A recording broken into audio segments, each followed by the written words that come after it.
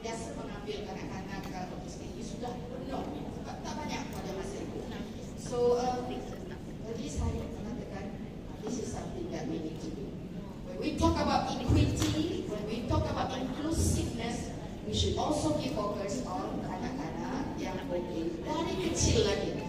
So with that, we decided first an intervention to establish one-stop early intervention center. Kita minta kita bekerjasama dengan Petronas, CSR Petronas untuk mewujudkan one-stop early intervention center di sebuah di Kuching. InsyaAllah tahun depan kita akan ada satu lagi di bahagian utara dan juga di bahagian barat.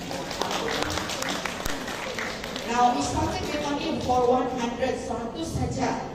Tapi sekarang ini yang sudah ada di situ 445 kalau tidak silap saya dan 100 lagi on waiting list. So we will build insyaAllah another one in Samarahan.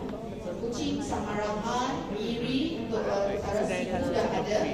Dan juga rural area, we started with my own area, rural area. The situ is dari Sambutan. So di sini, now look at the faces of the parents. Young parents yang anaknya dilahirkan kurang upaya. First, bagaimana perasaannya ibu-ibu, bapa-bapa. Bila anak itu dilahirkan tidak lagi.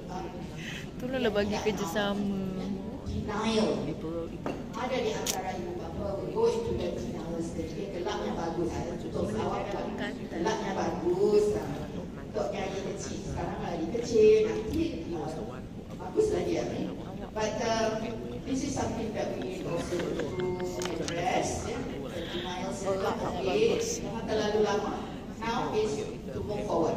So under One Stop Early Intervention Center, we first provide early diagnosis. Sebab kita tahu kesukaran ibu-ibu untuk mendapat appointment dan dapat diagnosis ini di hospital, betul? Betul. Lama menunggu. Meantime, our child is getting older and getting older.